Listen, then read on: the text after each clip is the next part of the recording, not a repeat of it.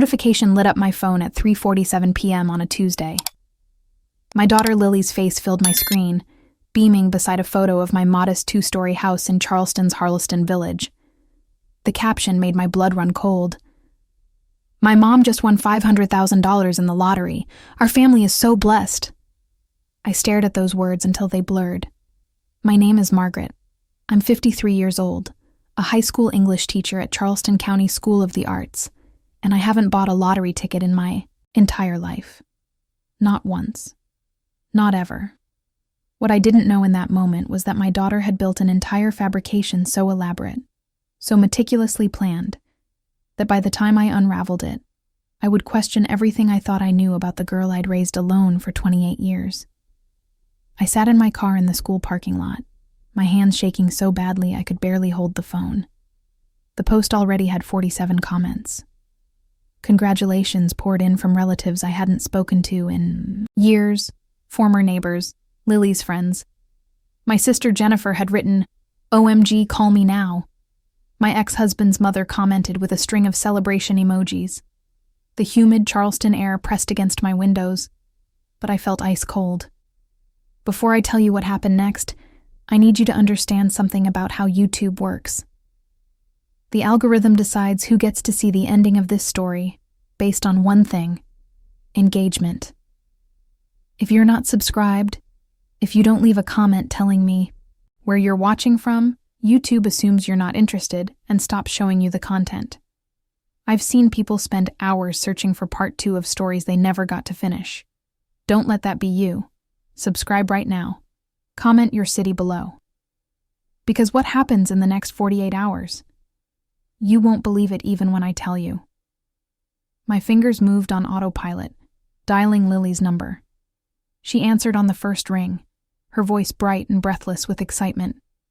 "Mom. Oh my God, Mom, isn't it amazing? I knew you'd call as soon as you saw." "Lily." My voice came out steady, which surprised me. "What are you talking about?" "The lottery. The money. Mom, don't you remember? You signed that paper last week when I came over for dinner. You said I could handle picking it up for you since you're always so busy with school." My mind raced backward. Last Tuesday, Lily had come over with Chinese takeout from Hall's Chop House, unusual because she rarely visited midweek. She'd been chatty, affectionate, insisting I try some new dish she'd ordered. At some point, she'd asked me to sign something. What was it? A birthday card for her friend? A package delivery slip?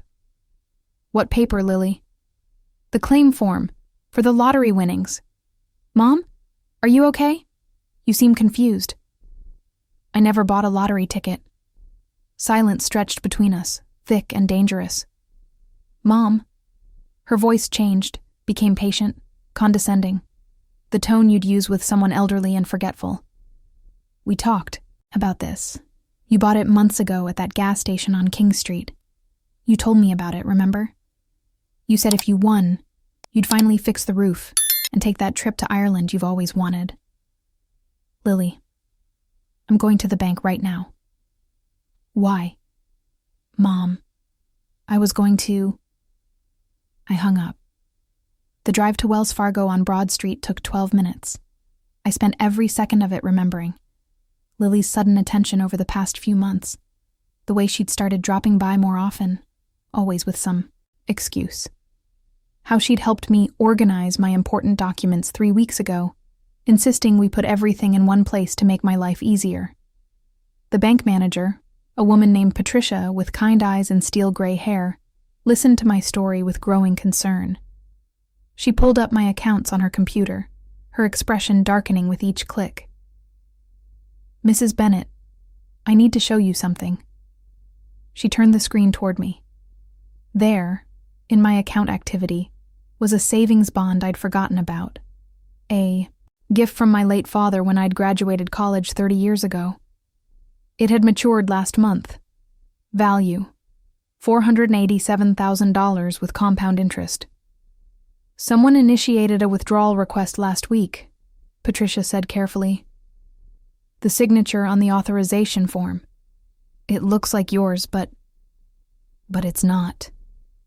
My voice sounded hollow. Patricia nodded. The request is still processing. It takes 10 business days for bonds of this size. If you hadn't come in today, the funds would have transferred to the designated account on Friday. Friday, 2 days away. Can you stop it? Absolutely. But Mrs. Bennett, this is fraud. We'll need to file a police report.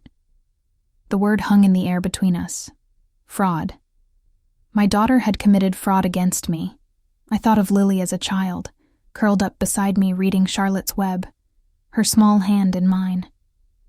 I thought of her high school graduation, how she'd thanked me in her speech for everything I'd sacrificed after her father left.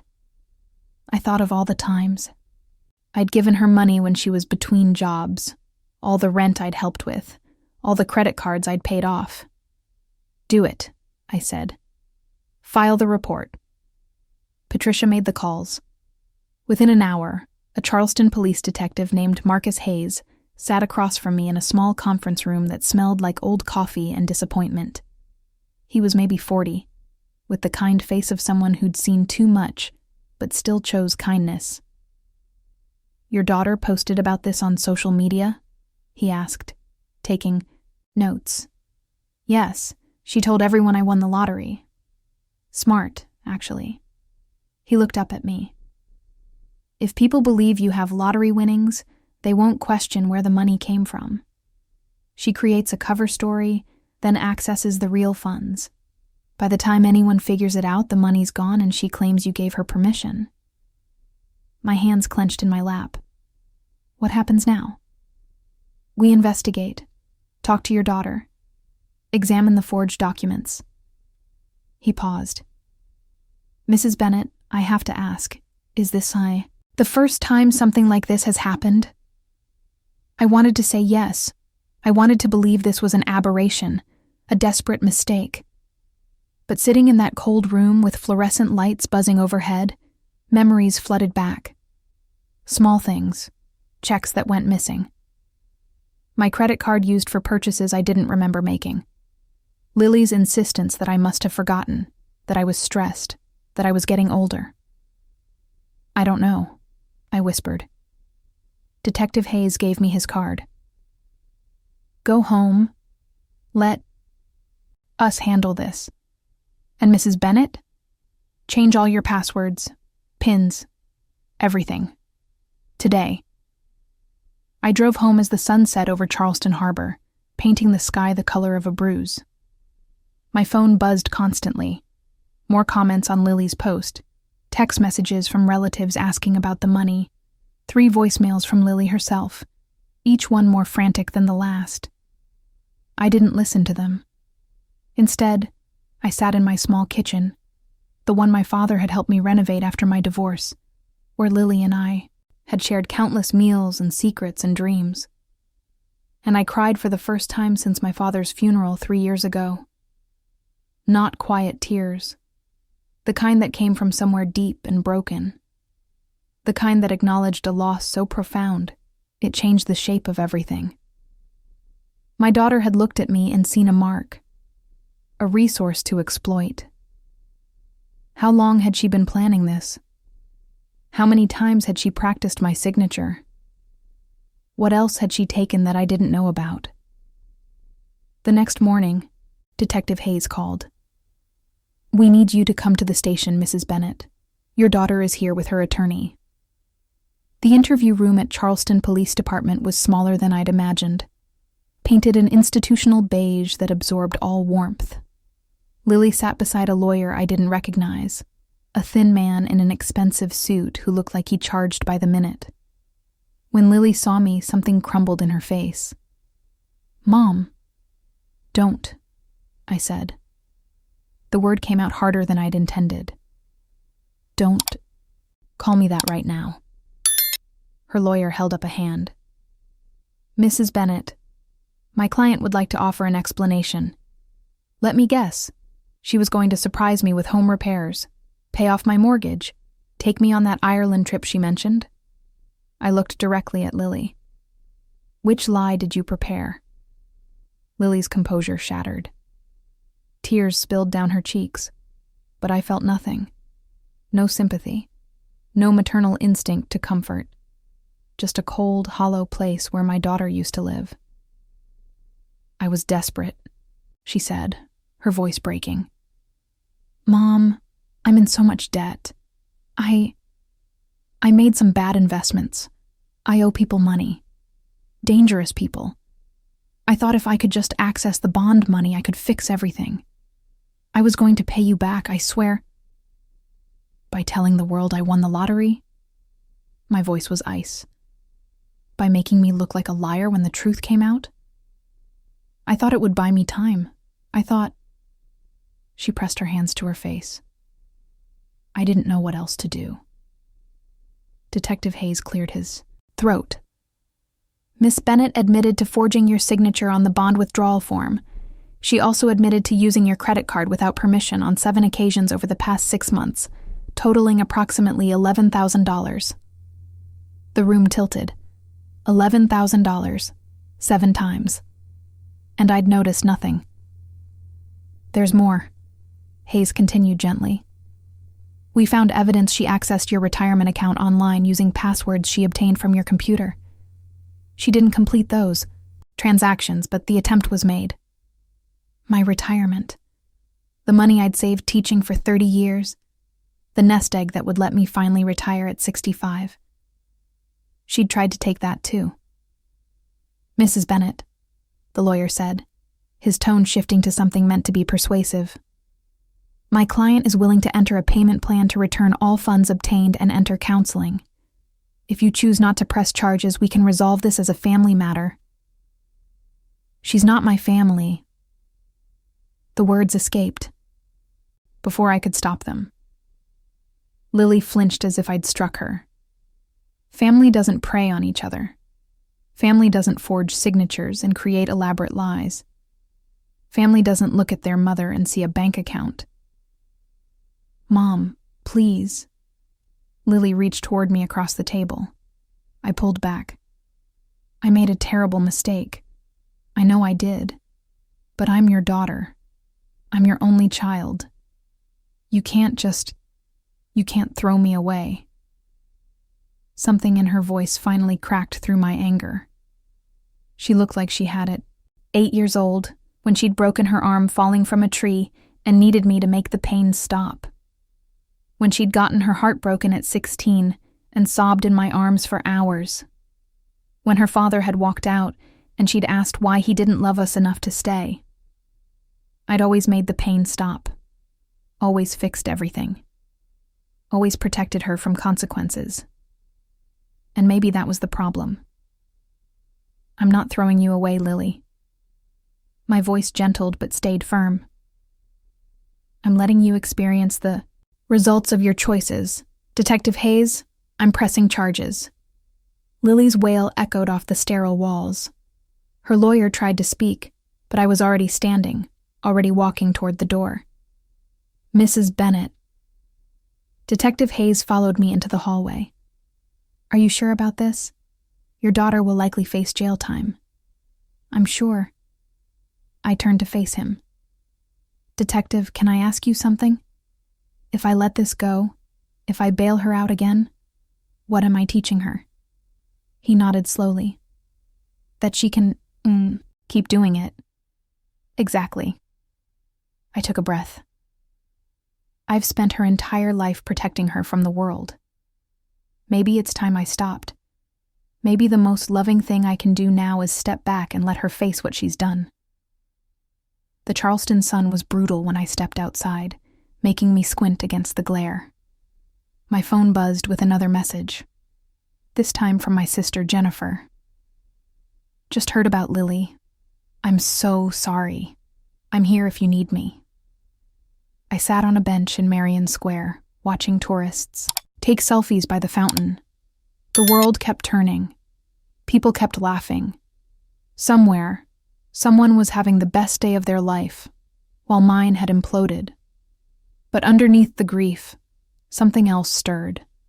Something that felt almost like relief. For 30 years, I'd defined myself by motherhood, by sacrifice, by putting Lily first in every decision, every choice, every moment. I'd worked 2 jobs to pay for her college. I'd driven across 3 states to bring her home from a bad, relationship.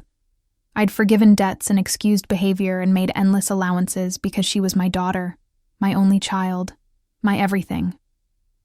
And somewhere along the way, she'd learned that she could take and take and take, and I would never say no. Well, I'd finally said no. 3 months later, I stood in a courtroom that smelled like wood polish and broken dreams. Lily took a plea deal. 2 years probation, restitution, mandatory counseling, and a suspended sentence that would become active if she violated any terms. She apologized in her victim impact statement. Whether she meant it, I couldn't tell anymore. Her social media post about my lottery winnings had been deleted within hours of my bank visit, but screenshots lived forever. The truth had come out in pieces, spreading through our small community like wildfire. I'd had to explain to colleagues, neighbors, my principal. Some people looked at me with pity, others with judgment. How could I not have known my own daughter was stealing from me? But the worst part wasn't their reactions. It was the silence from Lily. She called once, the day after her sentencing. I let it go to voicemail. She said she understood why I'd done what I did. She said she was getting help, going to therapy, facing her addictions. Because that's what the debt was really about, she claimed.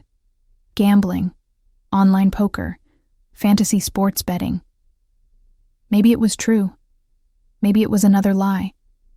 I didn't know anymore, and that uncertainty haunted me more than the betrayal itself. Margaret?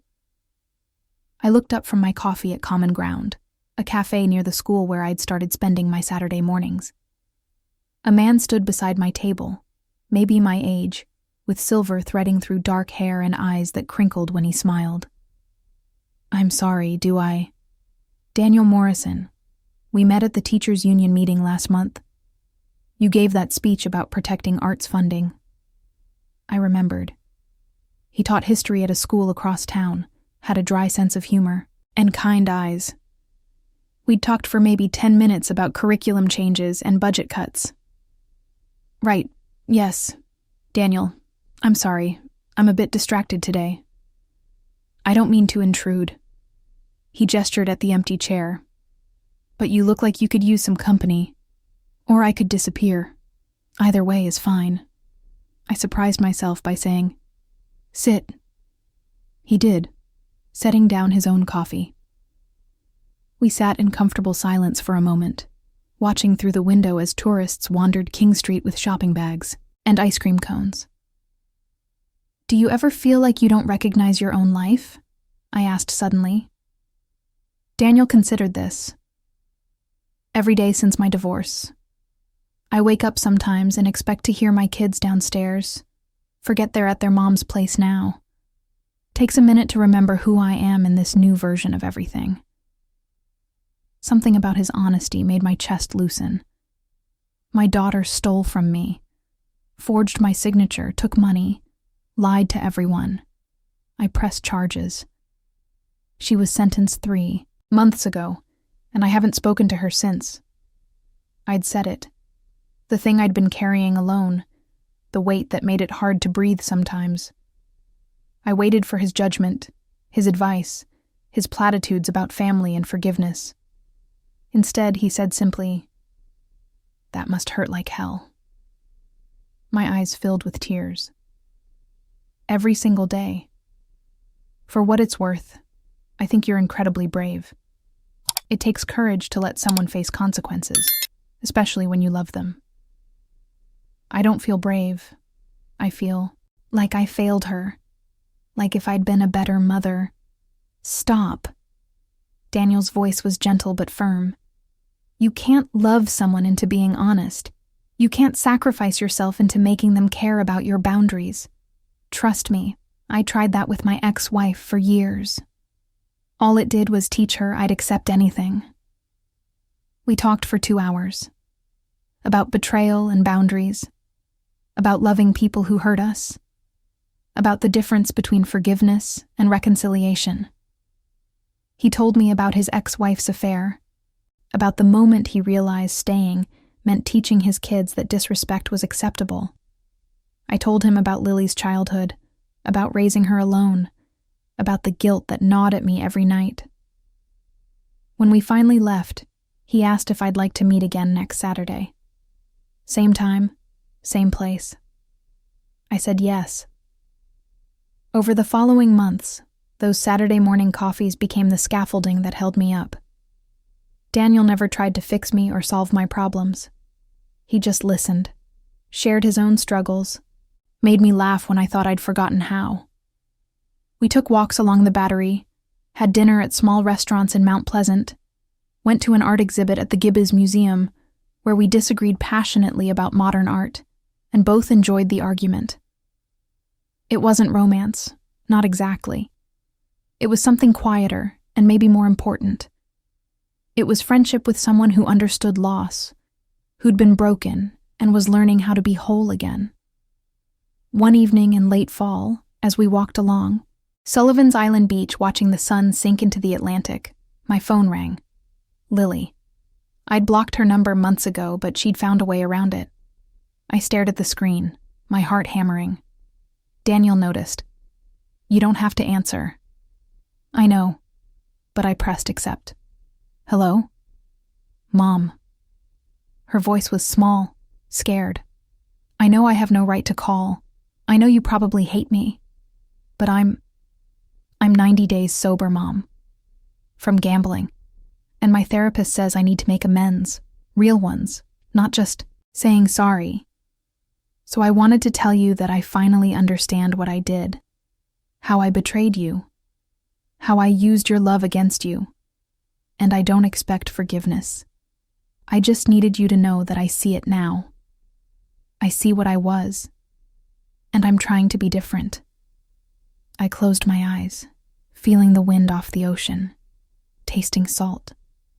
How do I know this isn't another performance, Lily? You don't. Her voice cracked. You can't. I destroyed your ability to trust me. I get that.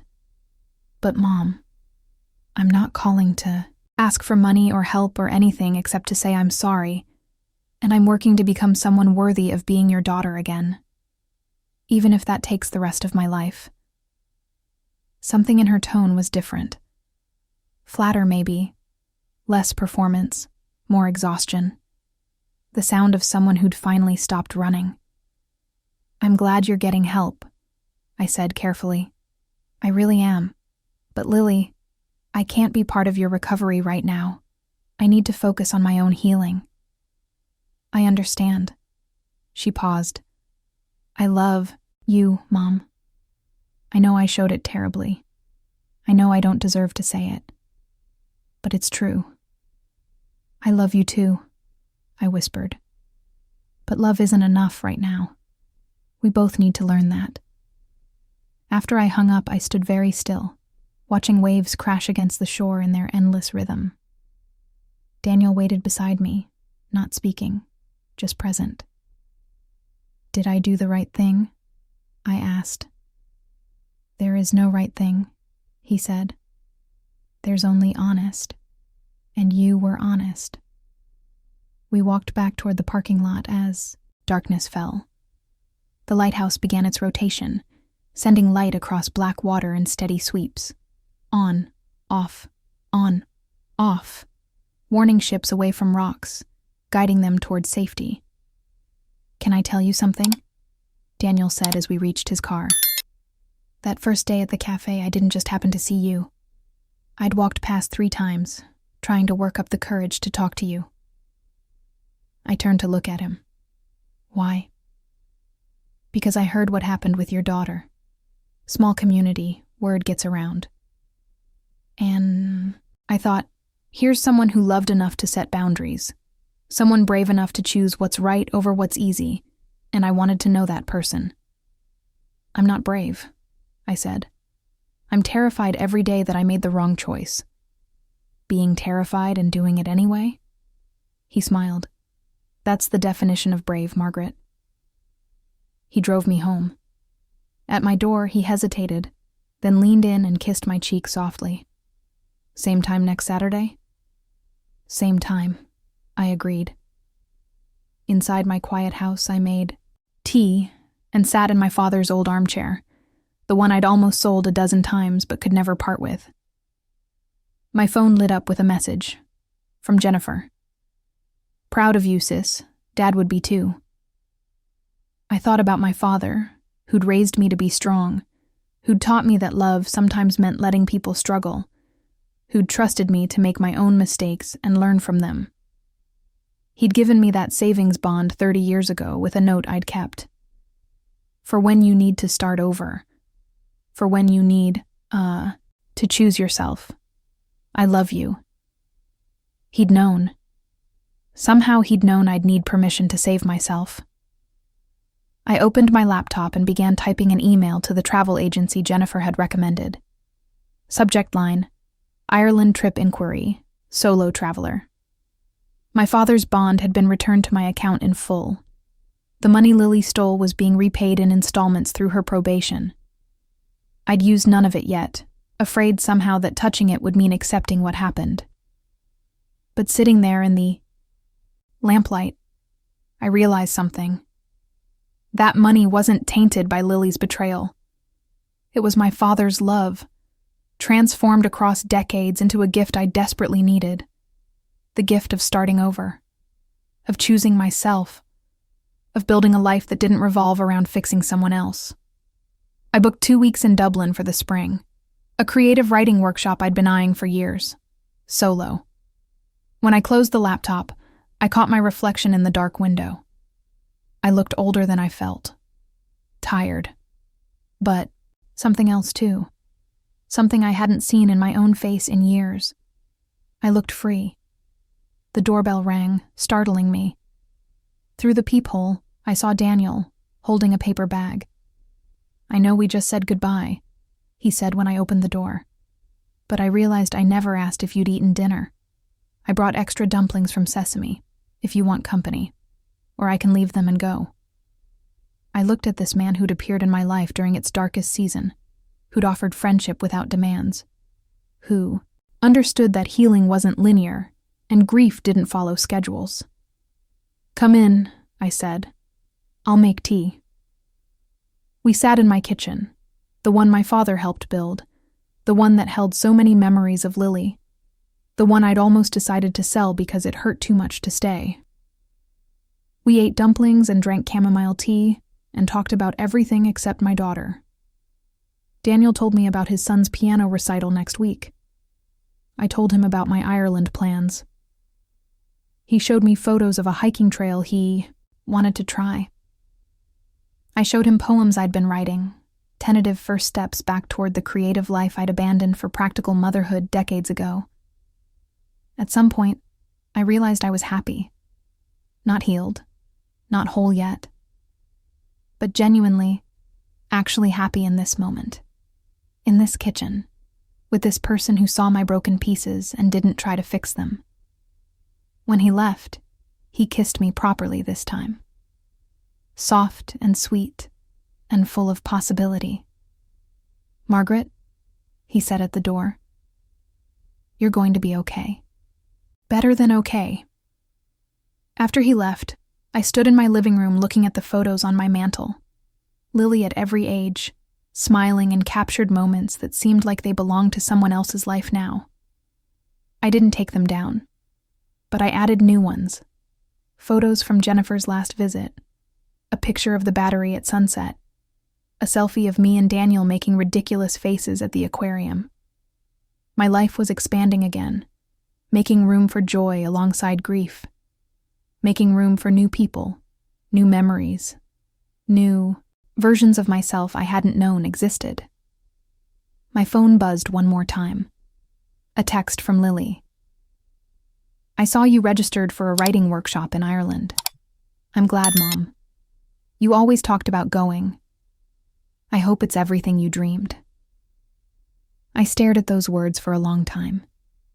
Then I typed back, thank you. I hope your recovery continues well. It wasn't forgiveness. It wasn't reconciliation. But maybe eventually it could be a beginning. A different kind of relationship. Built on honesty instead of obligation. Built on who we actually were, not who we pretended to be. Or maybe it wouldn't be. Maybe this was as close as we'd ever get. And I was learning, slowly, painfully, that I could survive that too. I turned off the lights and climbed the stairs to my bedroom. Through my window, Charleston spread out in glittering lights. A city that had watched me raise my daughter, survive my divorce, bury my father, and somehow keep teaching, keep showing up, keep trying. A city that would now watch me rebuild. Watch me choose myself.